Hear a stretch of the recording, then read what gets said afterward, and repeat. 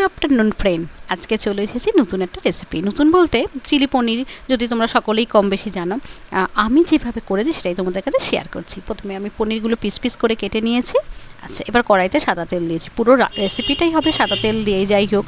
এরপর আমি সাদা তেল গরম হওয়া পর্যন্ত ওয়েট করবো, তারপর পনিরগুলো একটা একটা করে দিয়ে ভেজে তুলে নেব। পনিরগুলো আমার ভাজা হয়ে গেছে। এরপর আমি কিছু ভেজিটেবিল কেটে রেখেছি। ভেজিটেবিল বলতে পেঁয়াজ তো একদমই নয়, যেহেতু ভেজটো, তাই ক্যাপসিকাম আর টমেটো। আচ্ছা, ফোড়ন দিয়ে নিয়েছি আমি শুকনো লঙ্কা। এবার মরিচ, সারা জিরে, যে যেরকম খেতে পারো দিতে পারো।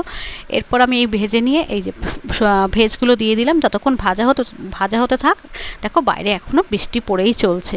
যাই হোক, ভাজা হতে সময় তখন আমি একটা পেস্ট বানিয়ে নেবো। সেটা chilli sauce, soya sauce, tomato sauce, green chilli sauce, আর জিরের গুঁড়ো, ধনের গুঁড়ো, আর অবশ্যই কাশ্মীরি লঙ্কার গুঁড়ো দিতেই হবে, নাহলে কালারটা আসবে না। যাই হোক, এই ভাজতে ভাজতে ওর মধ্যে একটু নুন দিয়ে দিয়েছি।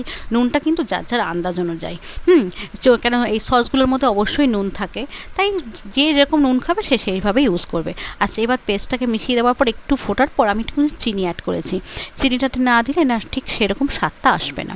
যাই হোক, এটাকে ফুটতে দিয়েছি। ফোটার পরে আমি পনিরগুলোকে দিয়ে দেবো। এরপর আমি কর্নফ্লাওয়ার জলে গুলে রেখেছি, 2 চামচ কর্নফ্লাওয়ারের মতন দিয়েছি, দিয়ে জলে গুলে রেখেছি। আচ্ছা, এরপর আমি গ্রিন যে চিলি গোটা যে কাঁচা লঙ্কা, সেটাও আমি দিয়ে দিয়েছি। যাই হোক, এবার কর্নফ্লাওয়ারটা দিয়ে দিলাম। কর্নফ্লাওয়ার দেওয়ার পরে মিনিট 2-3 একটুখানি ফুটতে দেবে, যে থিকনেস যে ভাবটা আসবে। তারপর তোমরা গ্যাসটাকে অফ করে দেবে। এটা তোমরা পরোটা, তোমরা ফ্রাইড রাইস, পোলাও, যে কোনো কিছুর সঙ্গে খেতে পারো, রুটি, যে কোনো কিছু, রুমালি রুটি, যে কোনো। যাই হোক, আমার তো অফিসের জন্য এইটাই বানিয়েছি টিফিনে। সবাই আমরা এটাই খাবো, পরোটা। আর এটা কেমন হয়েছে একটু তোমরা রেসিপিটা ট্রাই করো। আমাকে একটা লাইক, সাবস্ক্রাইব